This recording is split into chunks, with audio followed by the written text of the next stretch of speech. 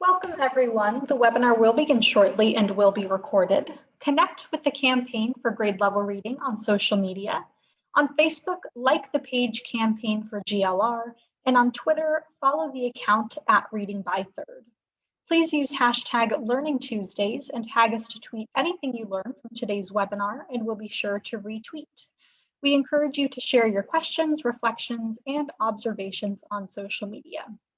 Once again, we would love to connect. So on Facebook, like the page Campaign for GLR, and on Twitter, follow the account at Reading by Third.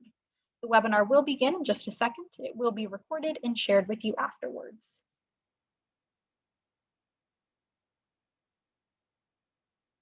Okay, once again, welcome to today's webinar. My name is Sierra Sanchez, and I will be behind the scenes helping to produce this conversation. I have just a few housekeeping details before we get started. First, we would love for you to introduce yourself, so please use the chat box at the bottom of the screen to share your name, city or state, and your organization. Be sure when responding to select both panelists and attendees so that we all know who is here. All attendees are in listen-only mode, but we encourage your engagement by posting questions in the Q&A box. We will dedicate the last portion of the conversation to respond to the questions you post. This webinar is being recorded, and a link to the recording will be emailed on Friday to all who registered, and we are also live streaming this session on Facebook. Lastly, we will be posting a brief on-screen evaluation during Q&A and highly encourage you to respond. This helps us with our commitment to continuous improvement. Finally, before we start, I would just like to call your attention to our upcoming GLR Learning Tuesdays webinars, including sessions in our regular 3 p.m. Eastern time slot and frequent sessions in this earlier 12:30 time slot as well. Later today, we will continue the conversation that began on April 27th in a session co-sponsored by EdWeek that explored data about the composition of K-3 classrooms this fall, as Deborah Dr. Leong returns to tell us more about how tools of the mind can help create a culture of learning to support students this fall and beyond. Next week, we will have another double header with a peer exchange focused on the roles that higher education partners are playing in GLR communities in the 12:30 time slot, and another EdWeek follow-on conversation, this one featuring playful learning classrooms with Kathy Hirsch-Bissett. We will kick off July with a session at 3 p.m. Eastern Time on July 6th, exploring emerging state-level strategies to accelerate equitable learning. And I am also excited to share that plans are underway for GLR Week 2021, held during July 26th through 30th. Please save the date and plan to join us for daily sessions hosted by CGLR and a wealth of online learning opportunities hosted by state and local leaders in the GLR network. More information on that will be coming shortly. Registration links for these upcoming Learning Tuesday sessions are posted in the chat box. Joining you now is Sarah Torian, a senior consultant with the Campaign for Grade Level Reading. Thank you and enjoy the webinar. Thank you, Sierra, and welcome everyone. Thank you all for joining us for today's Funder to Funder conversation, using parent coaching to promote kindergarten readiness, co-sponsored by our partners at Overdeck Family Foundation. For those of you who are new to the Funder to Funder conversations, just wanted to share that we launched this new series of funder-focused sessions last summer in response to requests that we heard from the local funders in our network for more opportunities to come together with state, local, and national funders to learn from and with each other, and also to explore opportunities for increased alignment, collaboration, and coordination. These sessions are rooted in the recognition of the vital roles played by local philanthropy in ensuring early school success for young children. They're designed to lift up and align the unique assets of both local and national funders, the local knowledge, networks, and earned credibility that local funders bring to this work, and the increased access to experts and the latest research and the larger funding capacity of more national funders. Today's conversation is a perfect example of the ways in which efforts of local and national funders can complement each other as they work to enhance the capacity of parents to support their children's success. As those of you who know the campaign know, we have long looked at parents as essential partners, as the secret sauce in efforts to boost school readiness and early school success. Parents are their children's first teacher, brain builder, tech navigator, as we have seen so much in the past year, advocate, coach, and bedtime snuggler. All parents want to support their children's development and success, and parent coaching can help them learn and apply strategies that can build their children's academic and socio-emotional skills to prepare them for success when they begin school. Today's conversation will explore some of the research behind parent coaching, and also we'll also explore how funders are investing in a range of parent coaching models. And to begin that conversation, I am incredibly honored to welcome and introduce our panel for today. First, I'd like to welcome Carly Roberts back to GLR Learning Tuesdays. Carly is the Senior Program Officer at Overdeck Family Foundation, where she has led the foundation's early childhood grant making since 2014. Throughout her career, her efforts have centered on child development, education, and health in a variety of settings. Joining Carly today are leaders of two evidence-based parent coaching models. First, we have Marina Burnett, who serves as Chief Engagement Officer at Centering Healthcare Institute, where she works to increase awareness and access to centering group care. Marina leads product development efforts to support CHI's healthcare partners in applying this model in their prenatal and pediatric services. Joining her is Steve Hannon. Steve is the president and CEO of LENA, a national nonprofit focused on increasing adult-child talk in order to improve child outcomes. He leads a team in the shaping and scaling of the organization's caregiver-directed initiatives that integrate LENA's talk pedometer technology and has helped LENA put research into action to positively impact children and families. We'll also be joined by two local funders from the GLR network who will share how they are investing in parent coaching strategies as a part of comprehensive efforts to boost children's success in their local communities. First is Malai Amfar. Malai directs the Story County Reads Coalition based at United Way of Story County in Iowa, where she leads local teams using systems thinking and the collective impact model. Malai is also the co-chair of Early Childhood Iowa's Equity Advisory Committee, where she leads a state-level team in ensuring equity guiding principles are infused across the greater network. And I would also like to welcome Suzanne Harbin. Suzanne is the director of the Early Childhood Initiative at the Community Foundation of Northwest Georgia, where she also leads the Get Dalton Whitfield Reading Community Campaign, working with many local partners to engage and support families with children. So welcome all of you. Thank you so much for joining us today to discuss how funders can support parent coaching as a part of their efforts to promote kindergarten readiness. Carly, I thought we could start with you. Could you help us set the context for today's conversation by telling us a little bit about the Early Impact Portfolio at Overdeck Family Foundation? How does parent coaching fit into that work? Yeah, thanks so much for the opportunity to have this conversation and for all of you for being here. Overdeck Family Foundation, as you'll see on the next slide, aims to provide all children with the opportunity to unlock their potential. We focus on enhancing education. We fund efforts both inside and outside of school in the areas of early childhood, informal STEM education, and kindergarten through 9th grade programs that support educators and student-centered learning environments. We really believe that improving children's ability to learn is the key to creating a better future for everyone. Our grant making and strategic support focus on unlocking innovation, evidence, and growth opportunities for organizations that are accelerating academic and social emotional outcomes for all children. And we fund both direct impact and ecosystem efforts that clear the path for scale for impactful programs. Zooming in a bit for our early childhood grant making on the next slide, we really seek to create strong foundations for early learning by ensuring that all children enter kindergarten ready to thrive and continue to experience high quality learning in the early elementary years. We know that these early years are critical for setting children up for success, so we fund programs advancing the most important child development outcomes, as seen on the right of this slide, based on the evidence and the wisdom from the field. We believe that the best way to reach these goals is supporting the most important influences in young children's lives, families, and early learning environments. because we know healthy development depends on the quality and reliability of children's relationships with these important people in their lives.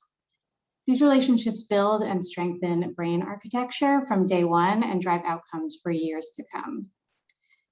So zooming in a bit on our family-focused strategy, we take a population-level approach, which is visualized on the next slide, by recognizing that every family has different wants and needs, and no single program can reach or meet them all. So we support a range of programs to enable greater access, from light touch interventions that focus more on awareness to long-term and intensive services that support families more holistically. For today's conversation, we're mainly focusing on coaching in this highlighted middle ground. The organizations in this space are achieving high impact while occupying a sweet spot in intensity, duration, affordability, and scalability. But we know that coaching approaches can be embedded in any of these tiers depending on the context.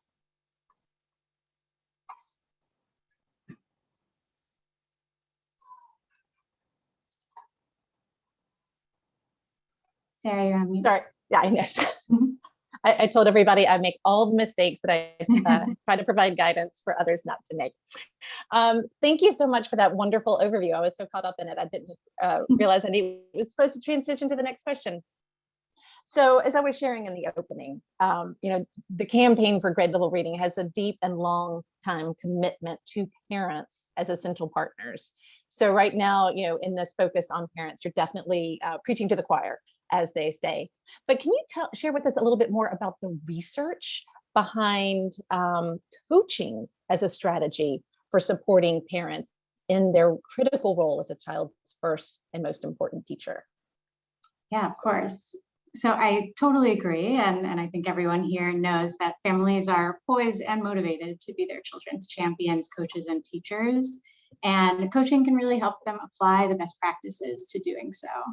Sometimes families might not know the power they have to make a lasting difference in the earliest days, or haven't had support to learn the behaviors that make that possible. And as every parent, including myself, knows, the practices in scientific research are often difficult to apply in the day-to-day challenges that come with raising an infant, toddler, or preschooler. And this is, of course, especially true during a global pandemic that has left families with little support and disproportionately impacted marginalized communities. We know that families have experienced loss of loved ones, financial hardship, isolation, and countless other stressors this year, which can get in the way of acting on our best intentions and negatively impact children's development. So while it's not a panacea, we believe that parent coaching can alleviate some of these challenges by supporting families to turn their goals into action.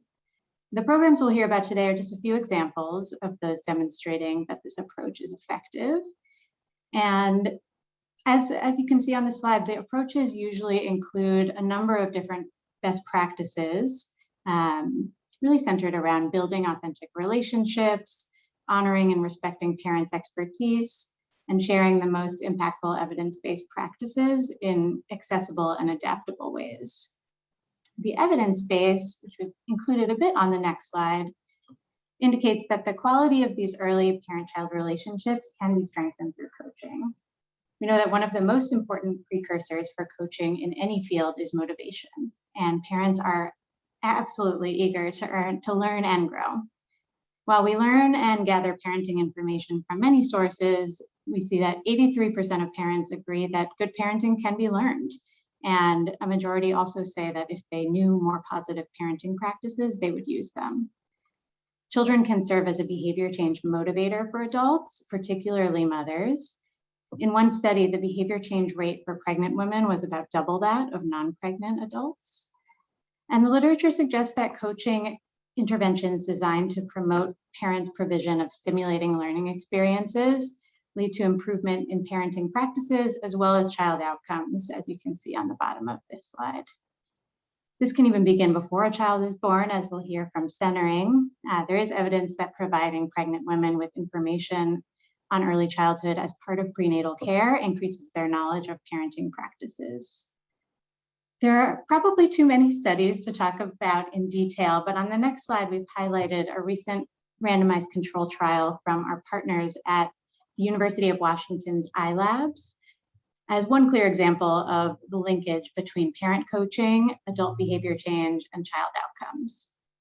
In this study, coaching on responsive and interactive language behaviors led to clear benefits for their children, not only in the observable language development, but actually altering the function and structures of their brains. It's pretty incredible. So I understand that parent coaching can take a variety of forms. It can be embedded into a range of contexts, and it's designed to support, and it can be designed to support parents of children at various ages, as you were saying, from prenatal on through the early grades. Can you tell us about some of the different parenting or parent coaching strategies that Overdeck is supporting, how they reflect some of that diversity and the impact that they are having on children and family success? Of course. So on the next slide, we can see that our partners serve families starting in the prenatal period through infancy and toddlerhood and all the way into early elementary school.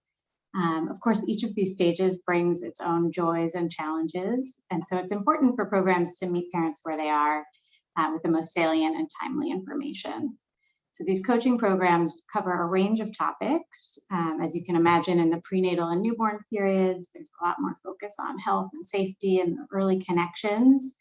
As babies grow into toddlers, that interactive conversation becomes much more relevant. And then once children are in school, practices that support early literacy and social emotional learning might be more in demand. The coaching programs also meet parents where they are in a more literal sense through a wide variety of partnerships and delivery channels. To take a deeper look on the next slide, programs serving early elementary age children and their families typically reach parents through the school system. So they often play a dual role of coaching and deepening homeschool connection. As one example, Springboard Collaborative coaches both teachers and parents to rally around individual students' reading growth. During summer or after school, pre-K through fourth graders receive targeted reading instruction, while weekly workshops train parents to teach those reading skills at home. And coaching cycles help teachers improve their practice. By combining the parents' passion, attention, and deep understanding of their own children with teachers' subject matter expertise, Springboard has resulted in significant literacy gains, averaging 3 or 4 months of growth in a 5 to 10 week period. As schools reopen, Springboard is rapidly expanding its reach to help students both close gaps and make substantial gains. They're aiming to help 100,000 students reach their reading goals and 30,000 students reading on grade level by the end of 2022. As another example, Parent Core combines coaching and connection as well, transforming the pre-K experience in historically disinvested neighborhoods by helping schools partner with families. They have complementary social emotional learning programs for teachers, parents, and children to make sure that all the adults in kids' lives are aligned and have the capacity to support their development. The result is children who are more likely to read on grade level, less likely to experience mental health problems, and parents who are more involved in children's learning. Based on their success in New York City, Parent Core is planning to grow by 2 to 5 times across 10 new cities over the next 5 years. Moving to the left, before children enter school, of course, there's no single system to reach families. And so coaching programs in the early years can be delivered through a variety of settings, as seen here. And the 2 organizations here with us today represent this group and exemplify how coaching can be embedded into a larger system of parent supports. So some interventions like Lena are highly malleable. Their programs can fit into any of these settings depending on the local context. Others, like Centering, are sector specific and leverage the existing infrastructure, most notably through healthcare. And we're so glad to have both here today to discuss what this looks like on the ground. Thank you so much for that. So it is an incredible variety in different spaces, places, and for different age groups. We wanted to get a sense of who is in the room with us. We've got almost 170 folks on the webinar with us today. So launching a quick poll right now to get a sense of how those of us who are joining us today are using parent coaching as a part of their efforts. We've got some questions about, are you? using parent coaching? What age groups does your parent coaching focus on? And what sectors are you partnering with in order to reach, engage, and support families? We're going to leave that up for just a couple of seconds, and then we'll share the results with folks before we transition to hearing from some of the implementers who are delivering parent coaching programs and some of our local funders who are supporting them. So we got a lot of responses coming in, so I'm going to wait just a couple seconds more. Wow, so it looks like quite a few, or 84% of folks on the webinar with us today are indeed using parent coaching strategies in their communities and in their work. And it looks like the majority are in early learning years, with close behind infant and toddler, with quite a few also working in the prenatal and pediatric and elementary age groups. And large majority are partnering with nonprofit and community-based organizations and education partners. So that is wonderful to see. So now we are going to transition, as I said, and hear from some of the leaders from two of the evidence-based parent coaching models that Carly was just discussing with us, Marina Burnett from CHI and Steve Hannon from Lena. So going in the order of, or in the order of ages as children, ages that children reach, I'd like to start with you, Marina, first, if we could. For those of you who aren't familiar with Centering Healthcare Institute and centering pregnancy and centering parenting beyond what Carly was just sharing, can you describe how the model supports families? Thanks, Sarah, and thanks to the Campaign for Grade Level Reading for hosting this discussion, and to Carly and the Overdeck Family Foundation for their support of Centering Healthcare Institute, also known as CHI. I'm just delighted to be here with you all today.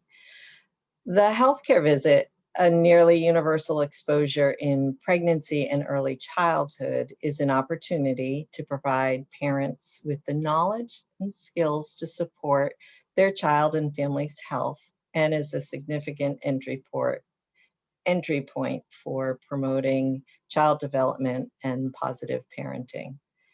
For those of you who are not familiar with CHI, our work is to provide implementation support to guide healthcare practices to build a foundation for a successful, sustainable centering practice. Our facilitation training offers a variety of skill-building activities that explore important equity and inclusion topics, reinforcing the critical importance of deeper patient-provider relationships and a more holistic approach to delivering care. CHI offers practice management tools and a robust data collection system, all with the goal of maintaining model fidelity and quality assurance.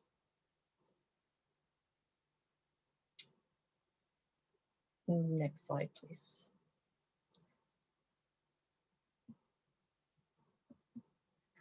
Centering pregnancy brings together a cohort of birthing people with similar due dates, their partners, support people, and the healthcare team for group prenatal care. Centering parenting, a two-generation intervention, continues from centering pregnancy, or begins with the arrival of the little one for well child visits, with unique access to monitor caregiver mental and physical health in the critical years following a child's birth. I'd like to emphasize that centering is the billable prenatal and well child visit. It's not an additional program or an extra class, and it can be a cost-neutral, scalable intervention. Reimbursement through Medicaid and other insurance effectively subsidizes this platform for influencing the behaviors of thousands of parents in a child's critical early years. Starting on the next slide, you'll see some photos taken from centering groups.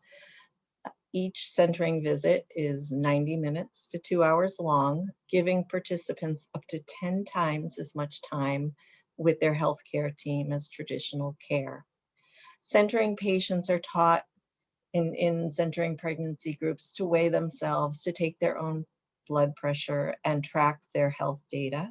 And parents and caregivers are actively engaged in their child's health assessment, weighing and measuring the child, tracking their growth, development, immunizations, and oral health. This active participation makes patients much more aware of the results and what these health indicators and milestones mean to their own health and to their child's health, growth, and development. Collaborative is a descriptor we often hear used to describe centering patients. They know the questions to ask and are confident partners in their care.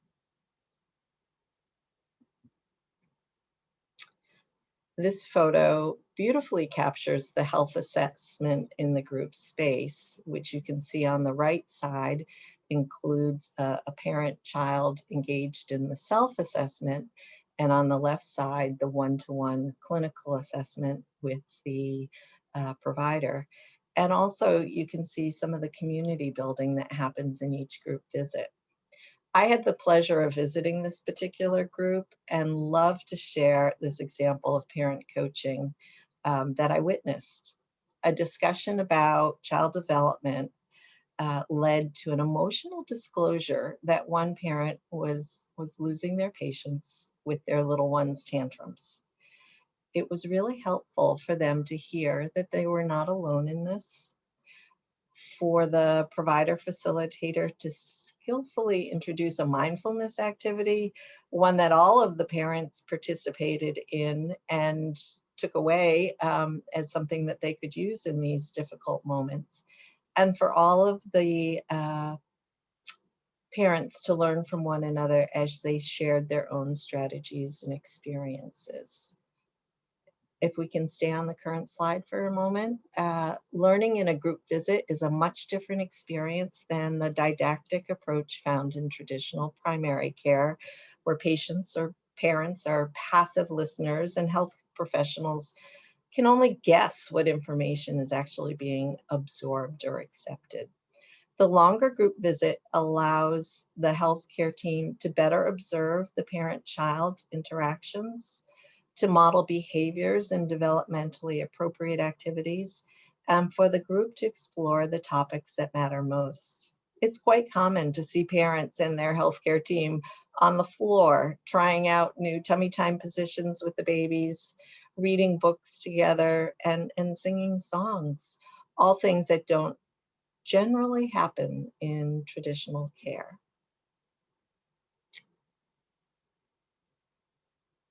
On the next slide, you'll see a centering group, centering parenting group. The result of providing care in this way is a deeper and more meaningful exchange of ideas, peer support, and the relationships that develop through shared experiences reinforce parental efficacy and provide a foundation from which parents can better navigate the challenges of raising healthy families. As they gain confidence in their parenting skills, they also develop skills to advocate for their family when navigating healthcare, school, and other social services throughout life. Centering has been shown, on the next slide, please. Centering has been shown to have a profound positive impact on health outcomes and increase the chances each new family has to thrive. In more than 120 published studies and peer-reviewed articles, centering demonstrates improved outcomes, including a 33 to 47% decreased risk of preterm birth, a flattening of racial disparities, more consistent attendance at prenatal and well-child visits, greater readiness for birth and infant care, greater adherence to immunization schedules, increased screening for mental health, higher breastfeeding rates, and improved satisfaction scores. A randomized control trial is currently underway that evaluates the impact of centering parenting on kindergarten readiness.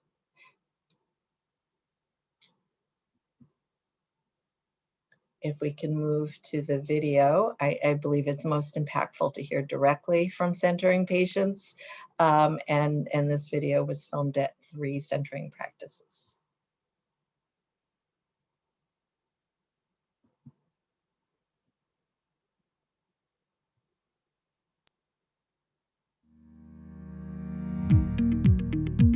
Centering gives you the understanding that you are not alone.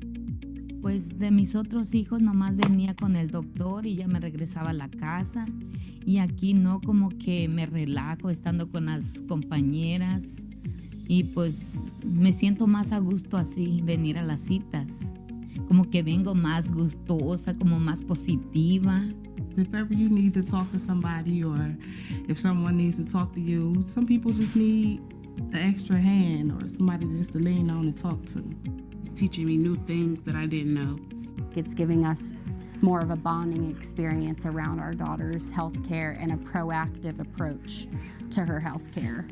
Because we're talking in this group ahead of time about what we're going to be experiencing as our babies grow.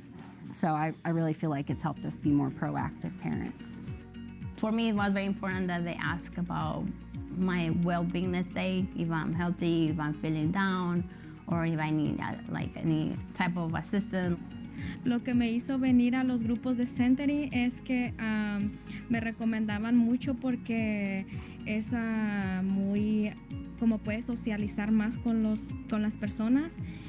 It's just kind of all in one. It's not just, you know, you rush into the doctor and you've got maybe 5 minutes with the doctor, and of course you forget everything you wanted to ask the doctor in those few minutes and think of them on your way out. It's nice to know other people are going through the same thing you are. Con mi bebé, con mi embarazo. Y aún sigo aquí y se los recomiendo que es una familia. Es una familia. I just love how the centering involves the dads as well, how they give them the same resources that they give us, teaching them parenthood and how to be a dad and giving them the understanding and involvement. We talk about so much, even family dynamics, communication, also the personal relationships that we build here makes you more comfortable, makes you more confident. When you're confident, you're at least able to have enough courage in yourself to be like, if I don't know, I can at least figure it out. I would like a parent to come to centering parenting because you get a lot of different experience from mothers. You get to spend more time with the doctor. You get more time to interact with them. They get to know more about your child. Espero, si Dios me lo permite, espero que después que tenga mi bebé, yo pueda regresar a Centering Parenting para seguir aprendiendo más sobre ser una buena madre.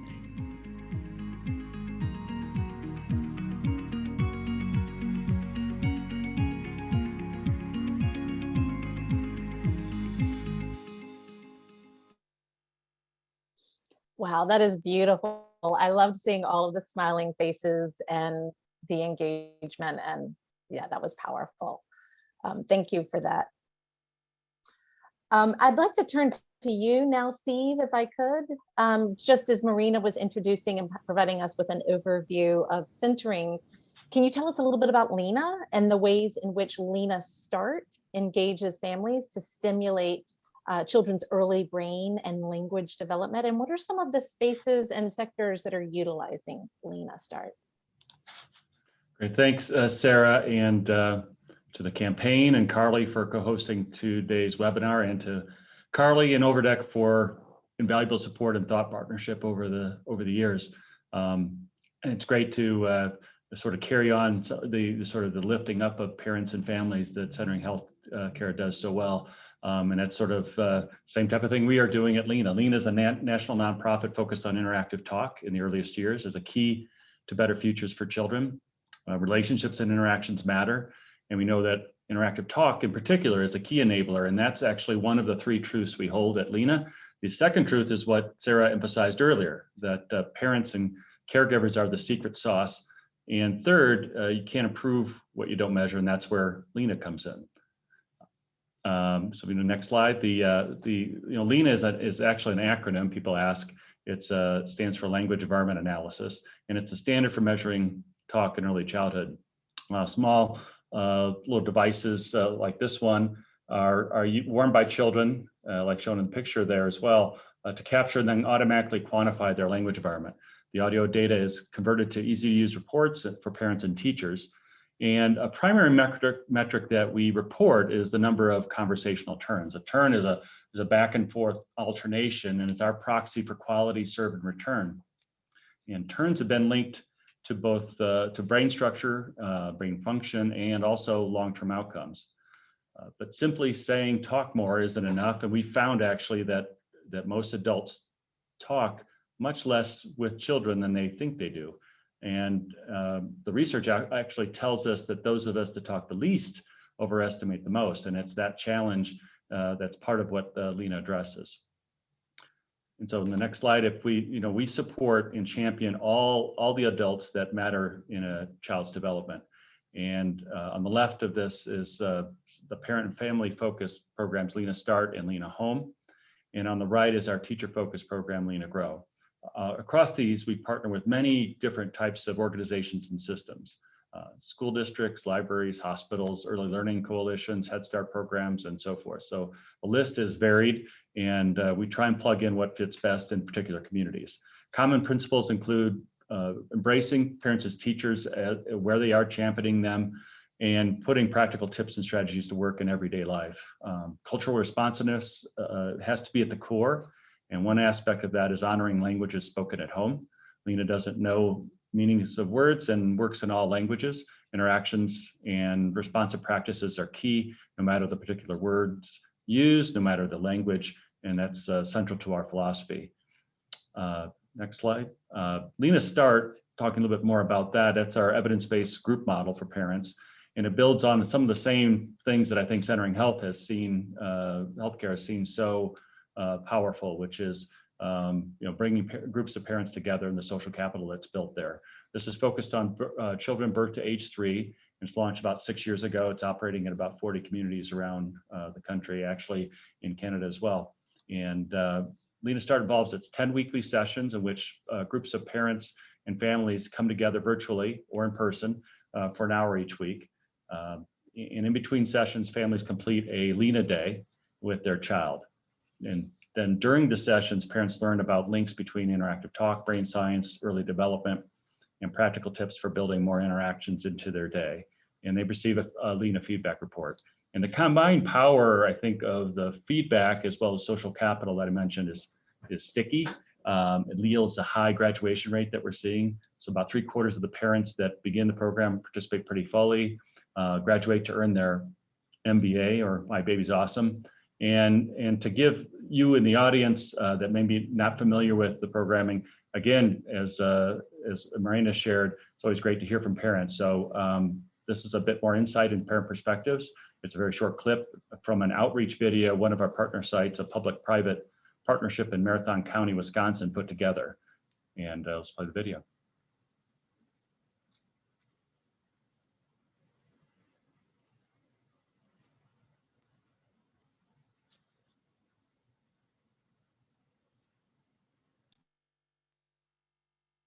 When I first found out about LENA, when I went there, I thought LENA was, I thought that LENA was going to be, working with my kids, but really it was about the parents working with the kids. Communication, reading books, just everything. They taught us things such as how do you interact with your child? What's the importance of it? So simple little things like you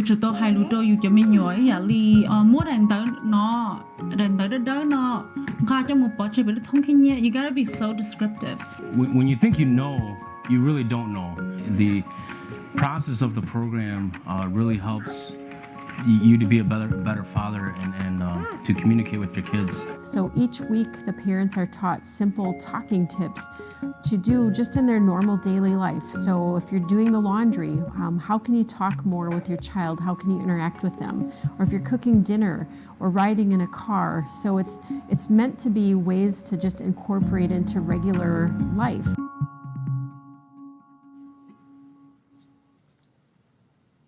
Thanks. So that's a great example of the power of parents, but also the importance of a key community leader like Corey Norbaum, who is the person speaking last there.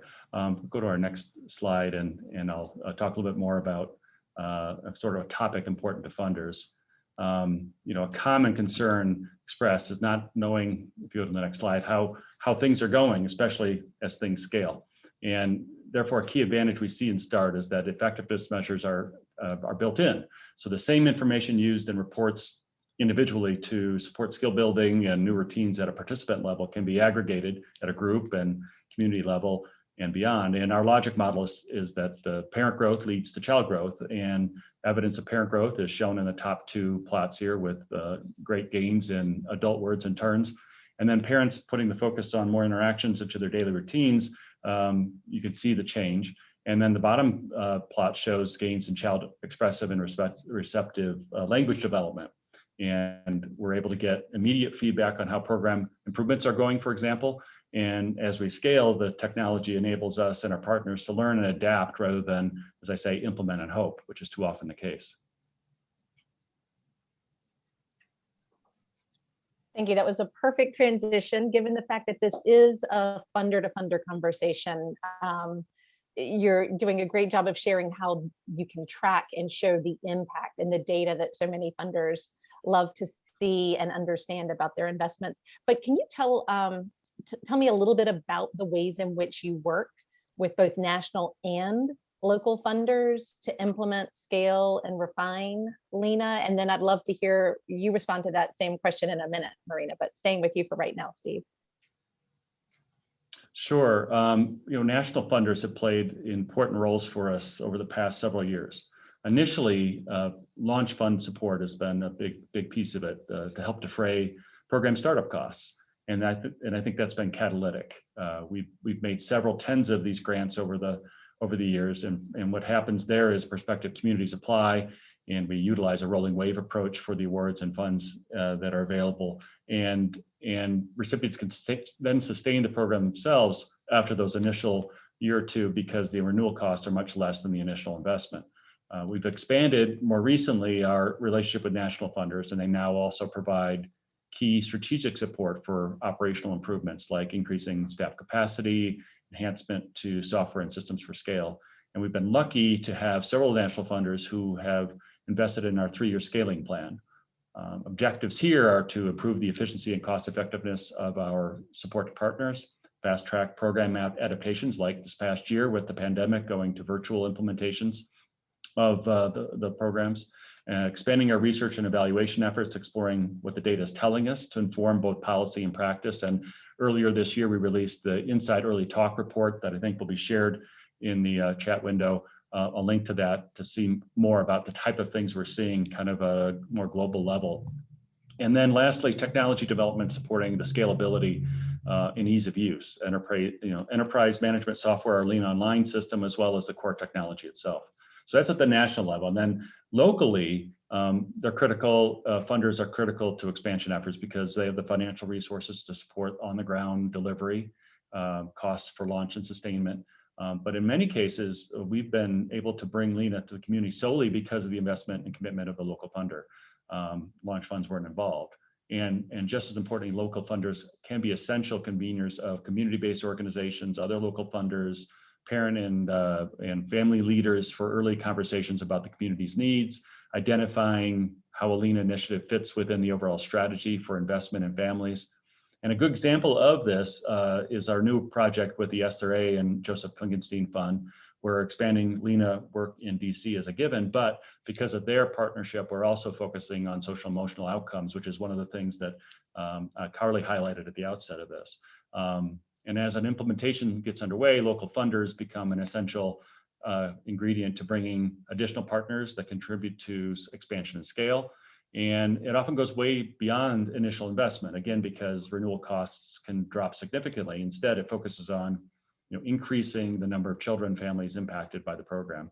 And so it's integral, of course, but it's more than just philanthropy in terms of the funding. So we also lean heavily on local funders in this regard as community leaders. And later in this webinar, you're definitely going to hear more about that and that flavor from both Malai and Suzanne. Thank you. Yes, funders do, and certainly local funders play so many roles in their communities. So love to hear that. Marina, turning to you now, love to hear the ways in which you and your colleagues at CHI are working with both national and local funders to implement and scale centering. So we're truly grateful for our philanthropic partners. They have funded CHI for special initiatives, such as the production of the marketing video you saw earlier, to remove financial barriers for healthcare practices starting centering through both national and state implementation awards, and to build out the infrastructure to support our aggressive growth strategy to make centering more accessible. During the early days of the pandemic, philanthropic support enabled CHI to provide grants to our healthcare partners to support pivots to telehealth and keep their patients connected through this very difficult time. And most recently, we have launched a food security initiative, again, supporting the families that are greatly impacted by the pandemic and families that don't have access to the food that they need for their families. Further, they're advocates for public funding and building awareness at the state level, thought partners for CHI's executive team and our board, and connectors to other grantees and innovations like Lena. Our healthcare partners across the country also benefit from local funding to support their centering practices. Thank you. So many different ways that funders can play a role in this work and supporting both your efforts, but also meeting the needs of whole families and whole children to support them.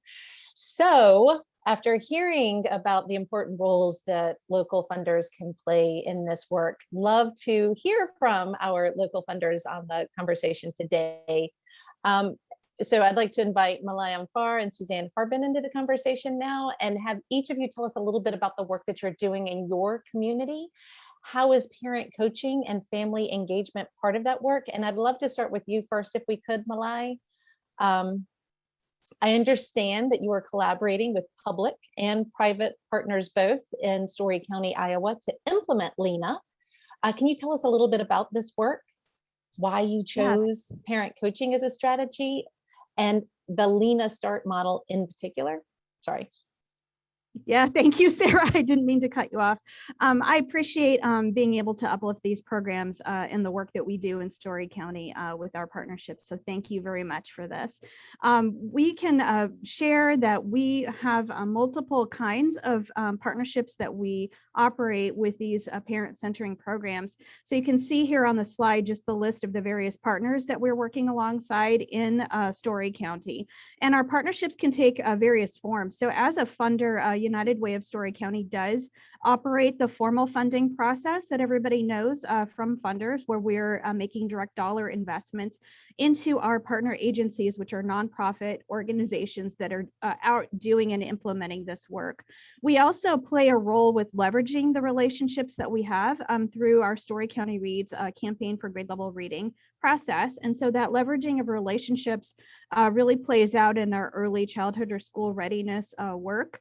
So on this slide, you're really seeing all of the different components there in the circle diagram of all of those spaces where we're doing that work with leveraging those partnerships, utilizing these parent and caregiver engagement programs.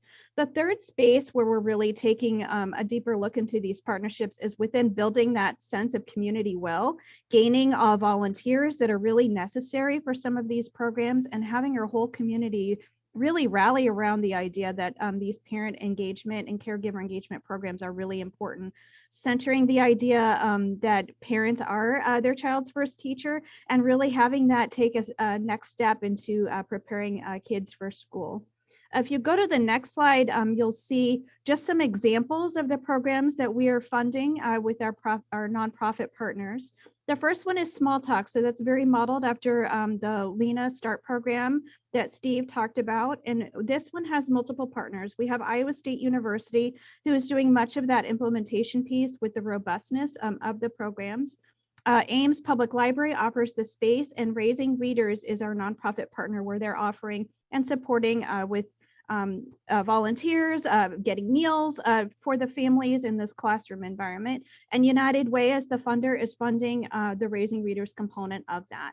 Another example with the Lena Home model is the STARS program. This just recently launched with partnership from Iowa State and Raising Readers.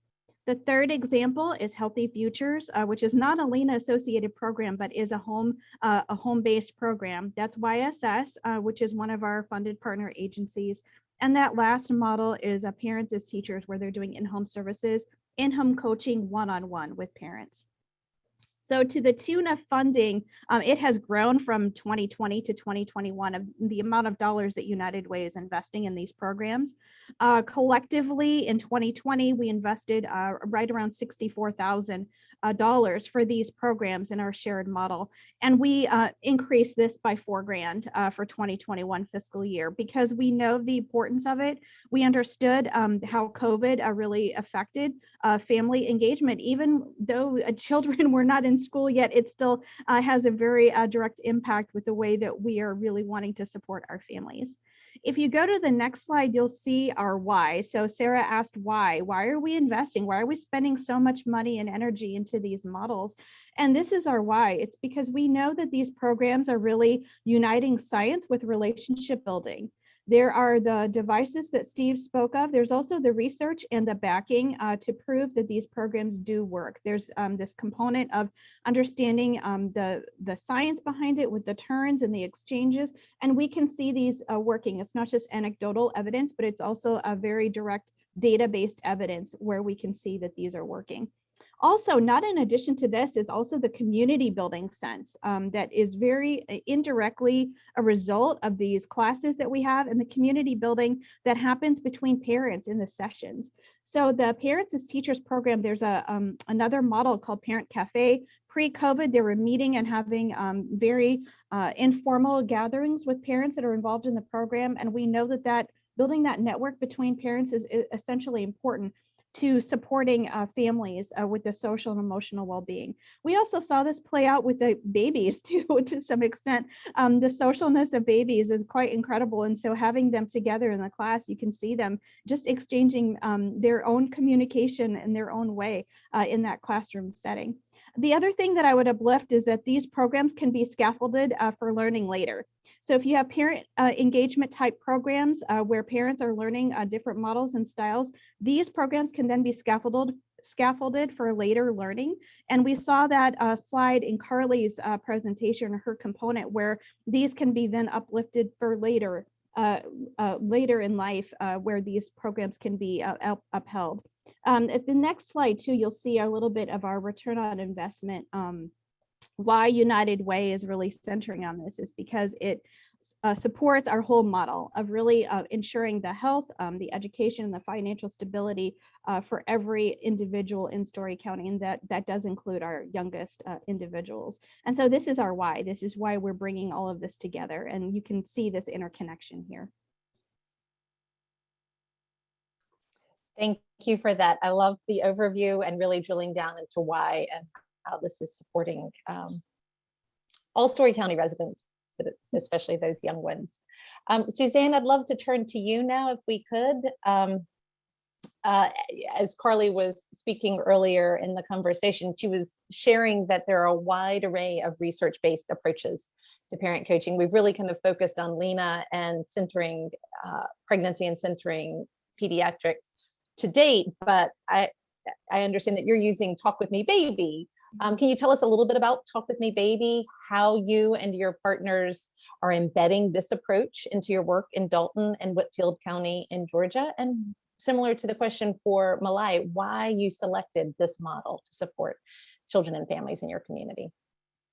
Great, thank you, Sarah. one of the things we have formed the Early Childhood Initiative of Northwest Georgia, and our main goal is school readiness and also third grade reading. And so it all comes together. And as you've already heard over and over again, we know that what happens early on is going to affect the third grade reading scores. And that's basically where we started, and then started looking back at the babies. And so Talk With Me Baby is a program that has been started. The next slide, you'll see some of the fabulous partners that got together to form the Talk With Me Baby campaign. And it's a complete campaign that includes board books, it includes training for Department of Public Health and other first responders, talking with babies in the very beginning, and the parents of these babies. And then one of the things that I realized, and our community realized, that we're doing great in Georgia. We're so lucky to have Georgia pre-K. It's lottery funded, and so over half of our children do get in the pre-K at 4, but the others are, about half of them are served at 4, and then the others, of course, we're seeing at 5. But the space in between that is so important, the brain development, and where are those babies? And so we are doing the very best we can to reach out to all of the children. But what we realized with Talk With Me Baby is that we capture these children when they are born. When they leave the hospital, when they are born in our hospital system, we capture them. We know everything about them. We know their mom's name, we know their dad's name, we know or hopefully their dad's name, we know their blood type, how tall they are, how much they weigh, et cetera, et cetera. And so we thought, what an amazing place to actually capture all of the children that would be born in our area and in our region. And so we decided that we would implement Talk With Me Baby in the hospital. All of our mother baby staff, that's what it's called, but everyone in labor and delivery, everyone in the nursery, all the providers, all the staff have now been trained with Talk With Me Baby information, and that realizing the importance of it. And sometimes it's so interesting, those providers really don't know. They don't have any idea how important it is to talk with me baby. And the other beautiful thing about this program is that it is basic board books. Everybody is getting, each baby that's born, we have between 1,500 and 1,600 babies are born each year. And each baby now receives a board book, and the board book is filled with pictures, a few words, but mainly pictures of parents, families, friends engaging with children. Basic pictures like going to the grocery store and talking about an apple, or showing an apple, or in the bath time, or folding laundry, or at the breakfast table. It shows parents. It's a very easy way to show parents and talk with the parents. So the nurses go in, the staff go in before each baby and each mom is dismissed from the hospital, and give them the board book to take home, but also discuss with them these very important principles and empower them. Really, they may not know how important it is to talk with their children. Thank you. I love the way it's the perfect time to catch them. As Carly was saying, there's not really a lot of systems and structures that support and engage families in those critical early years, but we see them when the babies are born, and it's a great time and an opportunity to provide that coaching. That's so right. As we discussed with Steve and Marina earlier, we know that funders' contributions in this work goes far beyond financial support. Local funders especially can do and play so many important roles because you and other local funders are embedded in the local context into which these interventions are being applied and scaled. So staying with you for a minute and then turning to you in just a second, Malai, Suzanne, can you tell us a little bit more about the roles that you played in bringing Talk With Me Baby to Dalton and Whitfield County, and the other ways that you're supporting children's success in the community? Well, when we started talking about it, no other programs no other hospitals in Georgia were doing this. And so it's kind of like, oh, what are you going to do? What? And so we started talking about it, and really it is a collaboration between the Early Childhood Initiative, and I'm at the Community Foundation in Northwest Georgia. Funders absolutely loved getting involved with it in the hospital itself. So you can see the hospital, once we got to the right people and talked to the right people, they really did think it was a great idea to do it, and have really endorsed it as well. And the staff has been so happy participating. When I went back to take additional books, and they were like, oh, we're so glad to have these books. We're so glad you're back. Thank you so much. The families are really loving receiving that gift from the hospital, and it makes so much sense. Instead of giving them something like a magnet or whatever that they might not use, that this book is actually something that they will have. And we know building home libraries is so important. And this assures us that each child born in our region will have access to at least one book at home. So collaboration. So tell me a little bit more about Beyond Talk With Me Baby, the collaboration. I know that I actually posted a link in the chat box that people can check out. You were recently a part of a Crucible of Practice salon sharing the comprehensive effort. So how does this parent coaching, this Talk With Me Baby work fit into that larger scope of work and the roles that you're playing as a funder in doing that? Well, we look at cradle to career, and career used to be real, workforce development. Workforce development was at the other end of colleges and college students, and maybe we would start at juniors in high school. And what we began to realize, and what made a lot of sense to our community, is the fact that children have to learn to read. If they don't read in third grade, then by the time we can do as much as we want to on the workforce development end, on the high school and the college end, but if we do not have children that read, I'll send them children that read, I'll send them students that read, and then they can handle the workforce development. And so we're in Northwest Georgia. This is our slide of the city of Dalton. We're about an hour and a half outside of Atlanta, north of Atlanta, and about half a mile below Chattanooga off of 75. If you look down, if you're sitting inside, I can almost assuredly promise you that the carpet or the flooring beneath your feet was made in Dalton, Georgia, or in our area. We are the carpet capital of the world, and over 90% of the world's carpet is here. So we're a very textile manufacturing community. There's a few things. The next slide, you'll see some of our key indicators. Once we began to realize these things, it made our work even easier, because we knew some things that were important. 29% of our babies are born to moms who have less than 12 years of formal education. And so we knew how important it is that we tell those moms and empower them. You don't know what you don't know. And so we have to teach these moms. Right there, we have a captive audience. We have to talk to them about the importance of talking to their babies. And they may or may not be readers. We use this, the indicator is less than 12 years of formal education, but oftentimes we find it's a lot less than 12 years of formal education. So they may or may not be strong readers. And this picture book is fabulous because it's actually demonstrating to them how to talk with the children and ideas they may not even have thought of engaging those kiddos. High poverty level, 66% of our children are under the age of 6 are living in poverty. And then also, very interesting, we have about 50% of our children are Hispanic.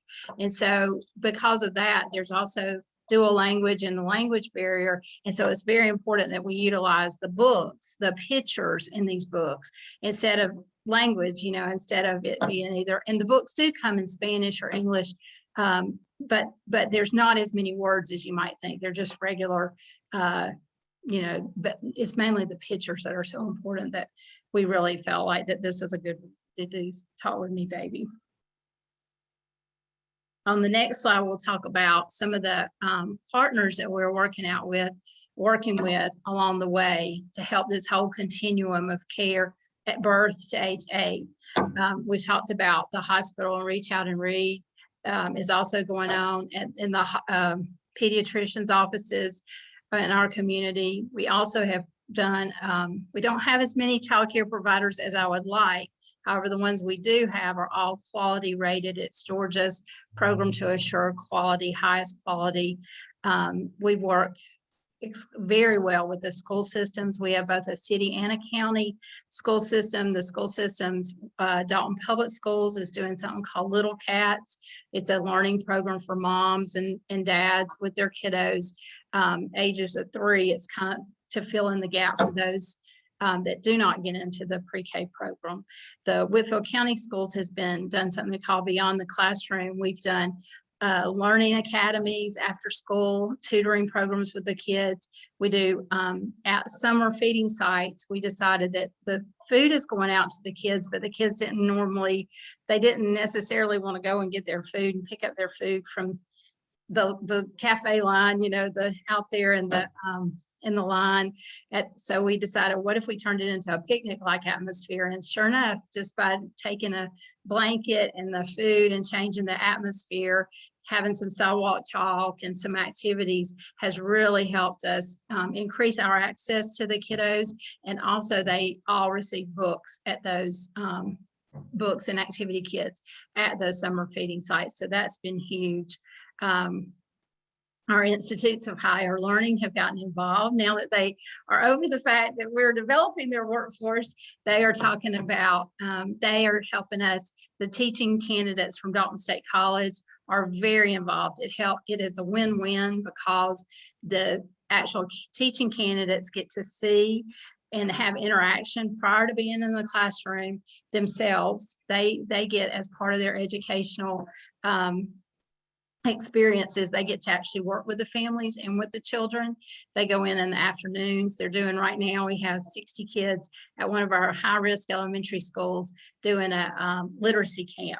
And so it's almost like summer school, what we would call summer school, but we don't call it that. We call it literacy camp. And the kids are all getting that experience, and those parents go as well. And then of course we work with our United Way and several other nonprofits. Our library has a fabulous reading program for kids, preschool reading program. Any place we can interject, any way that we can get literacy books and information out to the families, we are pursuing it. So touching them in any way we can. Wonderful. And we'll go to the next slide just to show everybody the impact that this effort has had. Huge gains in both the city and the county schools, and it's so many different roles that you all are playing and working with other local funders, but really kind of bringing all of these different partners together to reach children, their parents, and their families. So turning to you, Malai, if I could you tell us a little bit of the more than money roles that United Way of Story County has played to reach the various sectors and support broad system approaches to family engagement and caregiver coaching? Yeah, thanks, Sarah. We do play multiple roles within this arena. So the first I'll kind of talk a little bit about as a community convener. We do have a large footprint in Story County. We're covering 7 school districts in those smaller communities, as well as Ames, which is home to Iowa State University. And so due to our large geographic footprint, we're able to bring together lots of different folks across sectors to talk about what are the issues that are most important to the residents in Story County. So as community convener, this is where it starts. A lot of our needs, a lot of our collaborations, and a lot of our coalitions, including our campaign for grade level reading work, started with a community conversation. And so that's the first role that we play. That coalition builder is really where I'm thinking about for our campaign for grade level reading. And so we are bringing partners that we fund, but in addition to that, those partners that are donating to United Way, and those community partners that are critical to the basic needs of residents in Story County, such as our hospitals, our healthcare providers, those non-traditional partners that folks don't ordinarily associate with education. And so as a coalition builder and the lead for our campaign, I'm bringing together all of those folks to talk about the importance of the work that we can do together, knowing that cross-sector collaboration is really what's going to bring results and be able to support all of the youth that are in our community. For volunteer recruitment, we do have multiple programs that are really reliant on volunteers for the supportive work. Some of examples would be with our Raising Readers nonprofit organization that we support. They have an army of volunteers that are really doing that direct engagement with children and with families. And so we support that work by helping to bring in community members who are also like-minded and feel very strongly about these programs, and support our partners in that way by helping them volunteer recruit for some of these programs.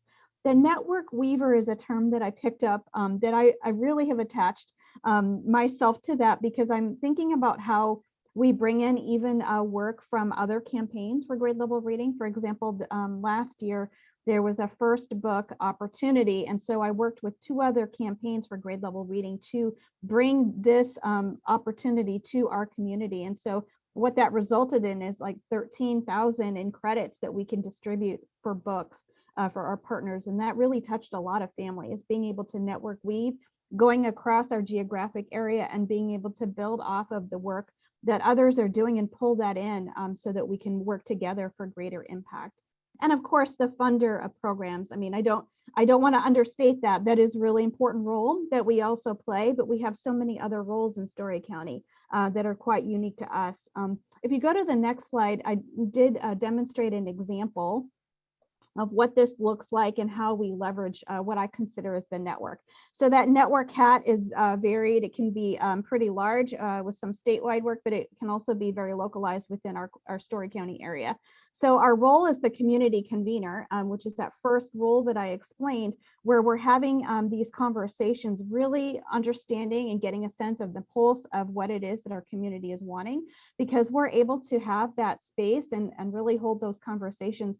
We're then able to take that information, whether it be by data or anecdotal information, surveys, what have you, and shape how we assess what we're going to fund, so that we can then direct our funding into those priority areas and be able to really make that directive, influential change where our community feels that they need it.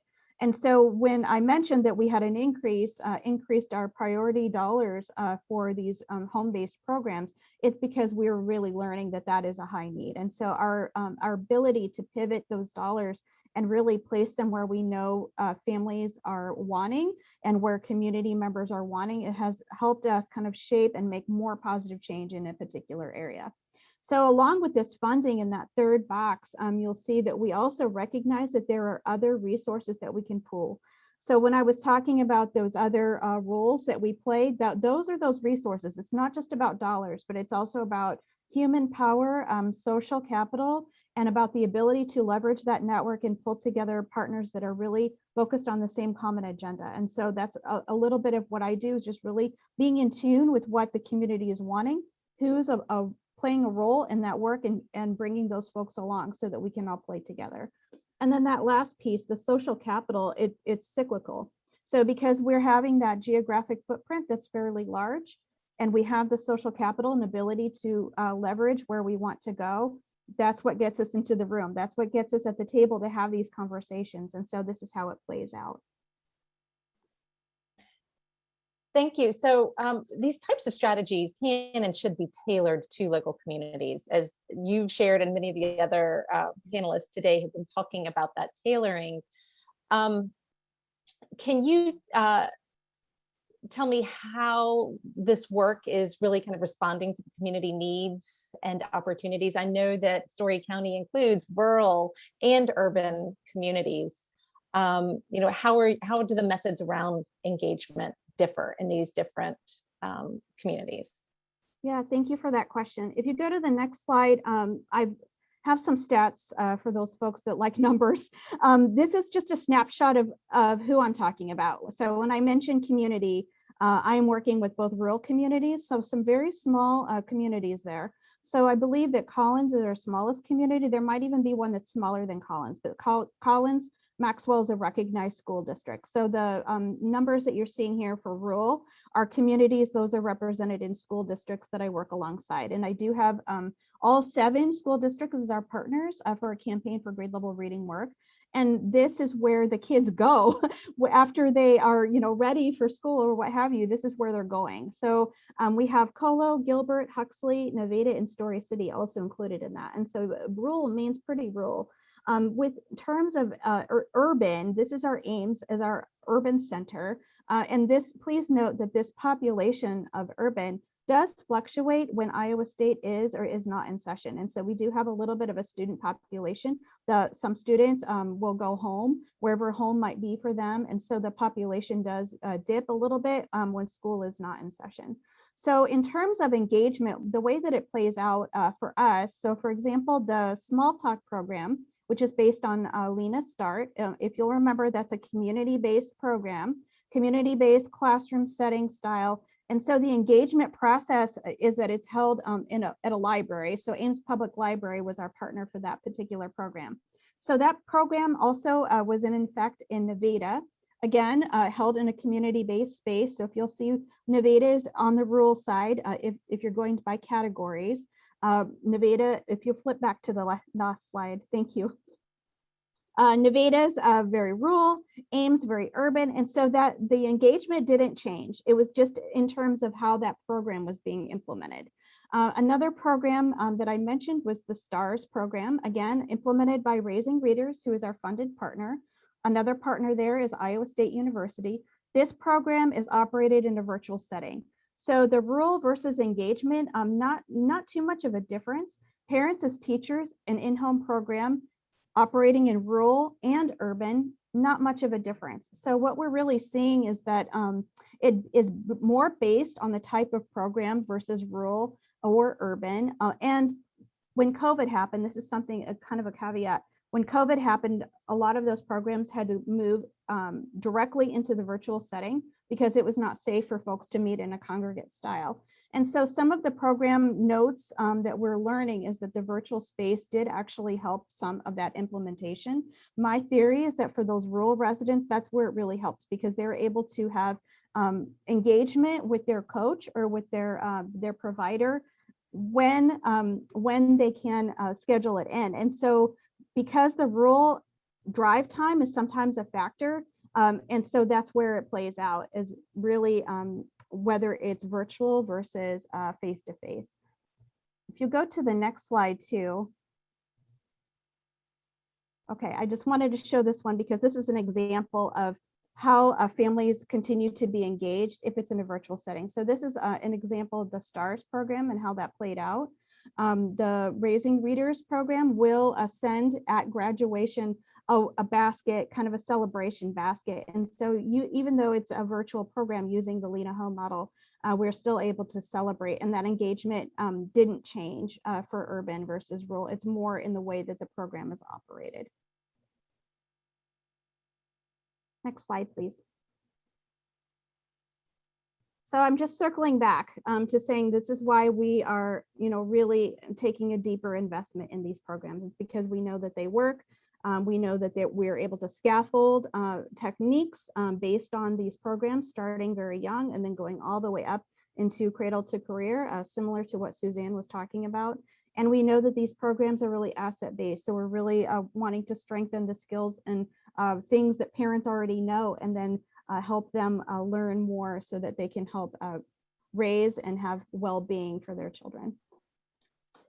Thank you. I'd like to continue really quickly, and so we can move to Q&A in just a second, but continue the conversation about community and place with Marina and Steve really quickly. I know that both of you have implemented your respective parent coaching models in many different communities across the country. Any lessons learned that you can share in terms of readiness criteria for communities that are thinking about adopting these models? We'll start really quickly with you, Marina, and then Steve, and then answer the questions in the Q&A box. Sure, thanks. We've learned centering is appropriate and effective for all families, and is currently offered in nearly 600 healthcare practices in every type of healthcare setting, including federally qualified health centers, community and hospital clinics, academic medical centers, private practice, the U.S. military, and Indian Health Service.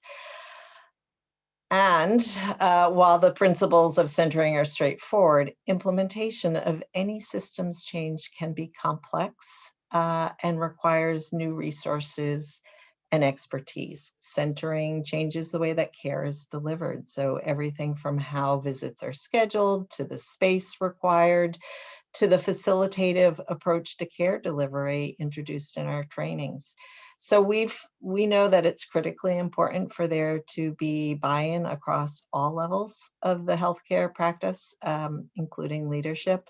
And we have a team of business development professionals that we've been building in the past couple of years, who work to build awareness and interest in centering, and to help determine the readiness of the practice to move forward.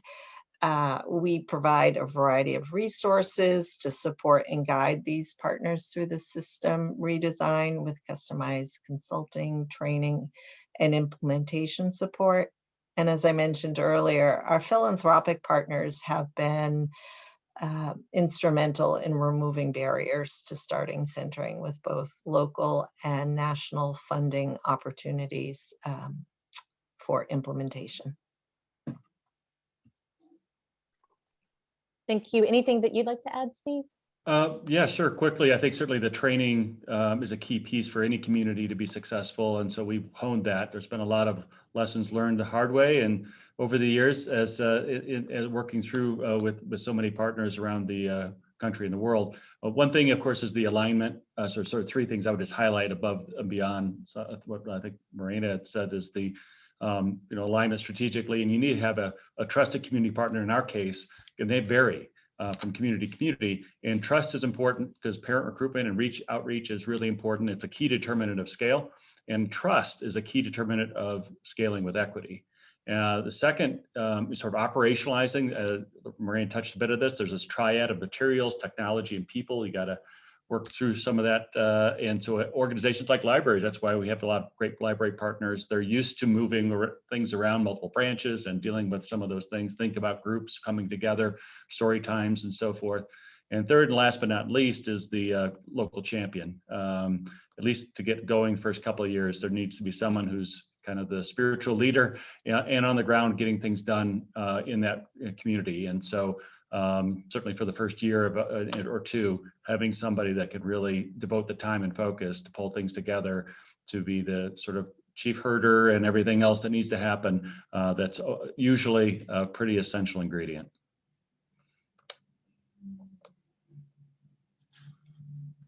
Chief herders are so essential in so many aspects of life and work.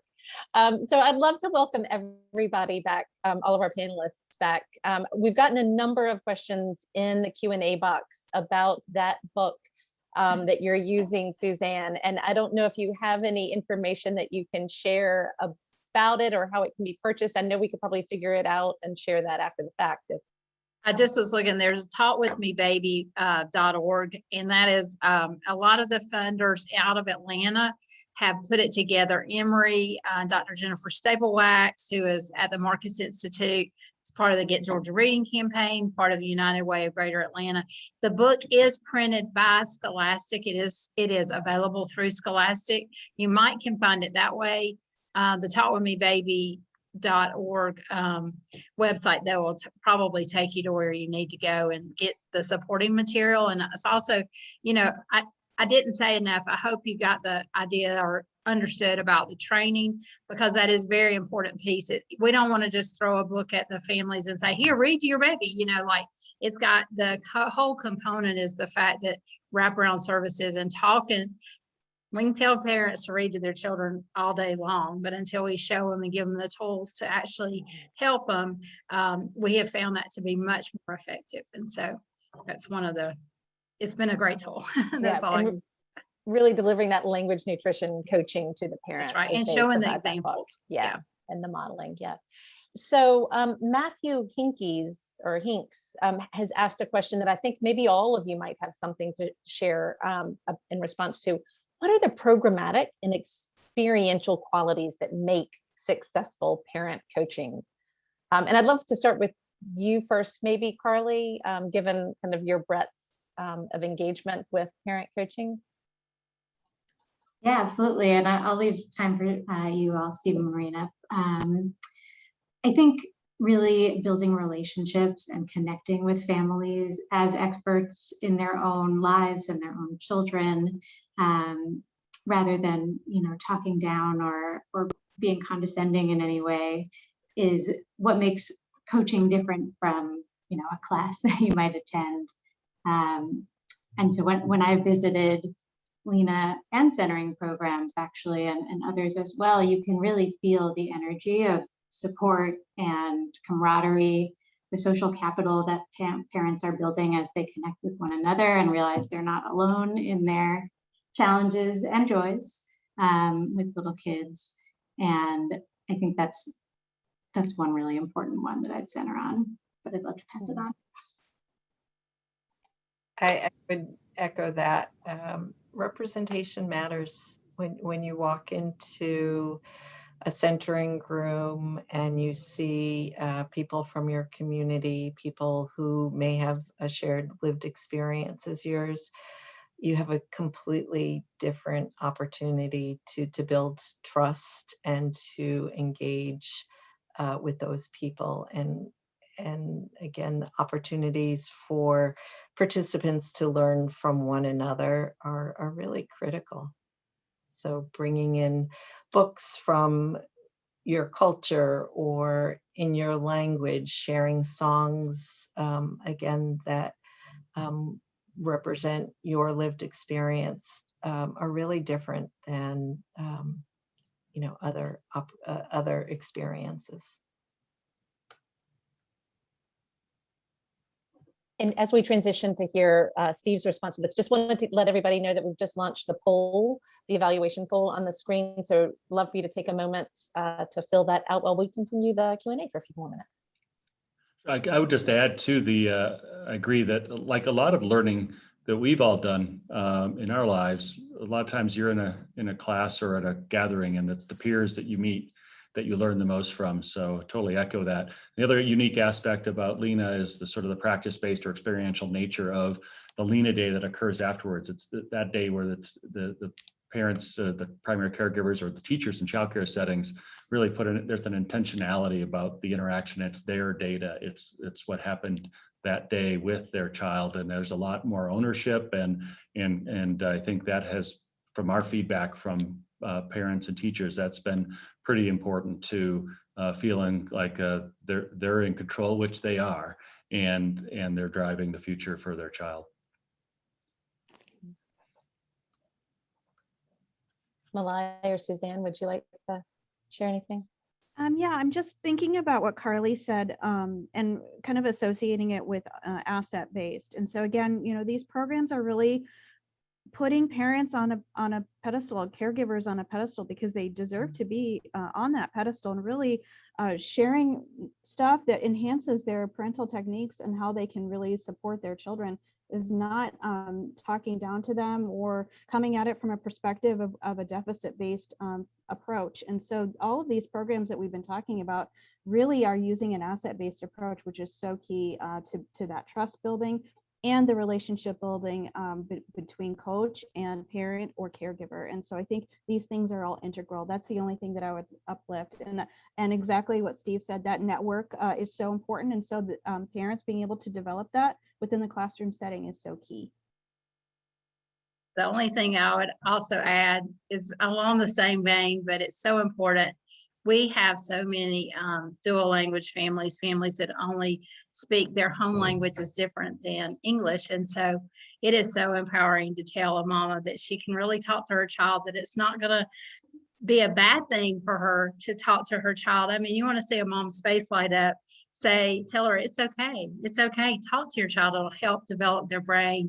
And I mean, people are amazed because they have the misconception that they know it's hard for them to learn English. And so they don't want to in any way negatively impact their children. And so they are quiet. They purposely will not speak in the language of their heart.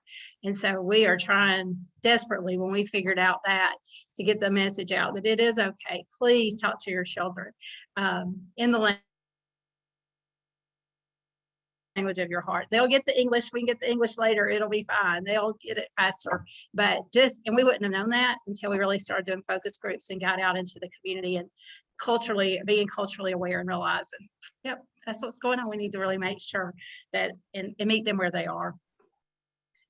I love that terminology, the language of the heart. I think that really drives it home, that speaking the language of your heart with your children. So we have come to the end of our 90 minutes together. I just wanted to say another nudge for those who haven't had a chance to yet to fill out the survey that popped up on your screen a little while ago. But then I want to just say a huge thank you to our amazing panel today. Thank you so much for joining us. Carly Roberts, Marina Burnett, Steve Hannon, Malayam Farr, Suzanne Harbin, for joining us and sharing your work and your insights. Thank you to all of you who joined in as attendees for all of your questions and comments and listening and learning with us. Just a quick reminder of some of the other sessions that we have coming up in the coming weeks. I've posted links to register for each of those and would encourage you to join us later on this afternoon. You've got a 1-hour break before you can join in at 3 p.m. Eastern to learn about tools of the mind, how to really create a culture of learning and really focusing on engagement, student engagement in the early grades, and a number of great sessions coming up in the following weeks. And just a reminder, save the date, July 26th through 30th. We're going to have GLR Week 2021. Stay tuned for lots more details and information about that. But thank you again. Be well and have a great rest of your day.